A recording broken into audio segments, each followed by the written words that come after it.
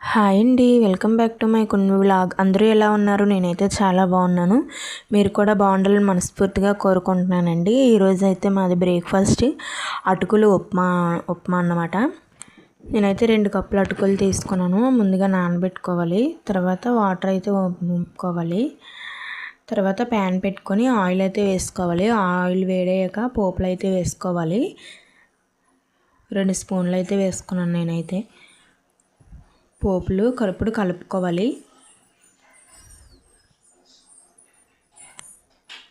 కలుపుకొని అలాగే చూడండి, పోపులు అనేది వేగింది.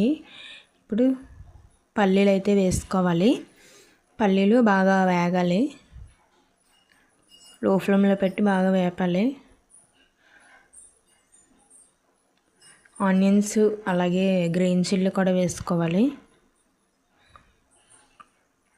వేసి బాగా ఫ్రై అవ్వనివ్వాలి.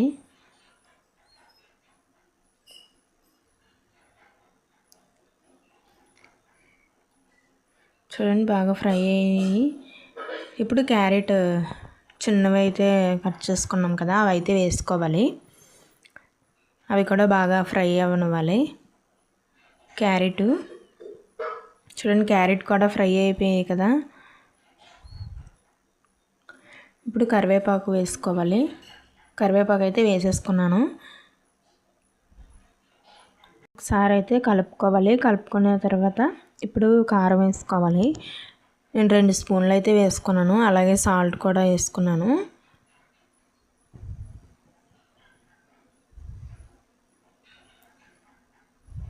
అలాగే మనం ఇందాక నానబెట్టుకున్నాం కదా అటుకులు, వాటర్ అయితే పంపించుకున్నాము. అవి అయితే వేసేసుకోవాలి. వేసేసుకొని బాగా కలిపేసుకున్నాను.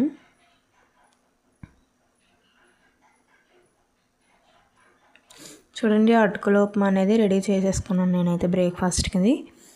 అందులో ఒక లెమన్ కూడా వేసుకోవచ్చు. లెమన్ వాటరు వేసుకుంటే వేసుకోవచ్చు, లేదంటే మీ ఇష్టం. మా పాప బ్రేక్ఫాస్ట్ అయితే చేసేసాము. మా పాప చూడండి డ్యాన్స్ అయితే చేసేస్తుంది. స్టెప్పులు చూడండి ఎలా దింపుతుందో.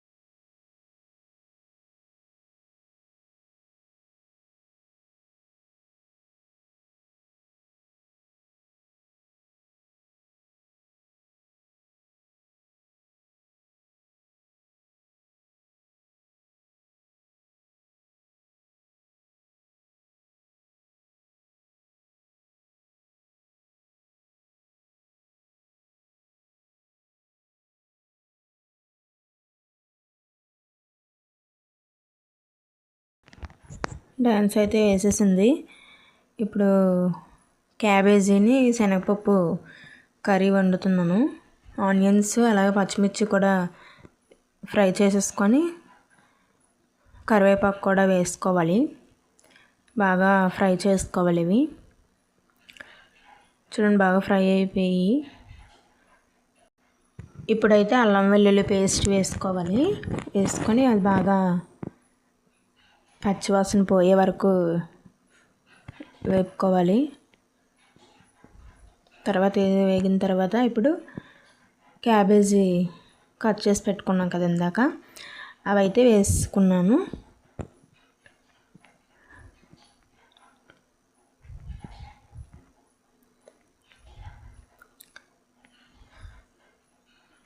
వేసేసుకొని అయితే ఒకసారి అయితే కలిపేసుకున్నాను.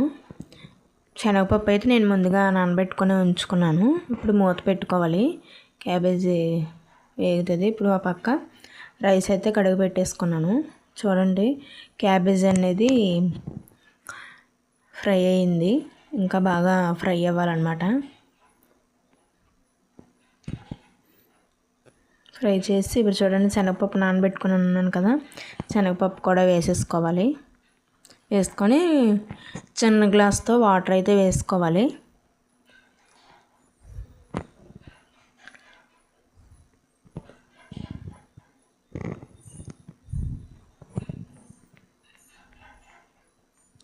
వాటర్ వేసుకొని ఇప్పుడైతే మూత అయితే పెట్టేసుకోవాలి.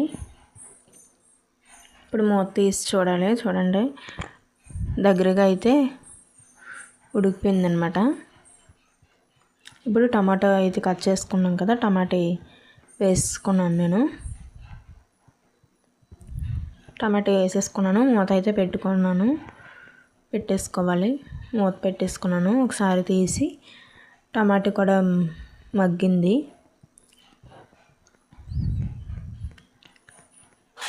మగ్గిన తర్వాత ఇప్పుడు 2 టేబుల్ స్పూన్ కారం అయితే వేసుకుంటున్నాను.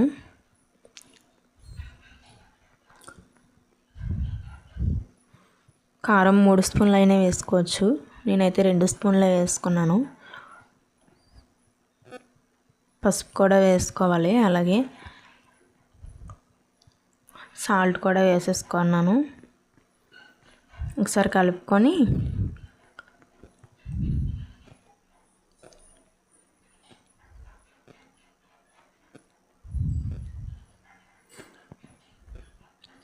మూత పెట్టుకోవాలి. మూత అయితే పెట్టేసుకున్నాను.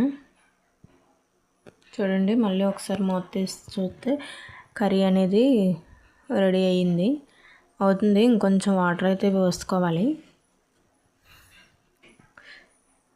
దగ్గర అయ్యే వరకు ఉడికించాలి. మళ్ళీ మూత పెట్టేసి ఒక 10 నిమిషాలు ఉడికించాలి. చూడండి ఇంకొంచెం వాటర్ ఉండిపోయింది.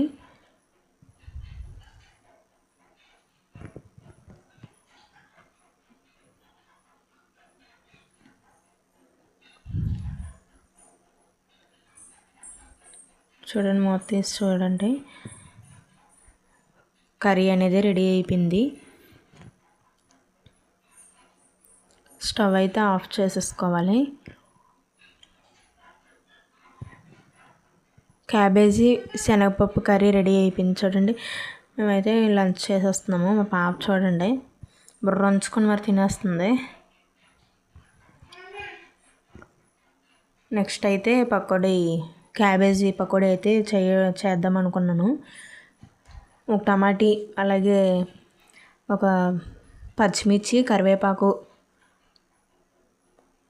జీలకర్ర,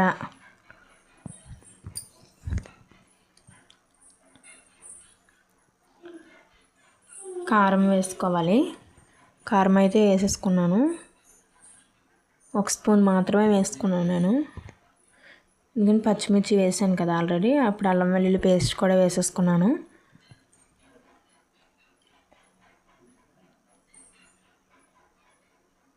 సాల్ట్ కూడా వేసుకున్నాను.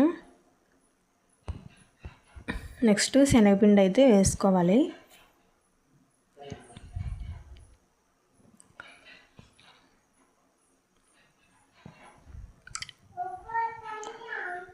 తర్వాత బియ్యం పిండి బియ్యం పిండి వేసుకోవాలి. వేసుకొని కలపాలి. వాటర్ అయితే వేసుకోకూడదు. ఆయిల్ వేసుకోవాలి. వేడి ఆయిల్ అంటే మరిగించిన నూనె. చూడండి బాగా కలిపిస్తాను. పకోడీ అయితే వేస్తున్నాను. ఆయిల్ కూడా బాగా మరిగింది.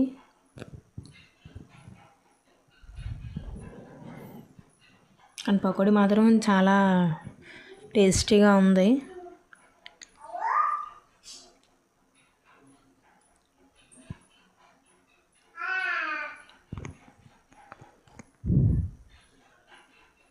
బాగా ఉడికితే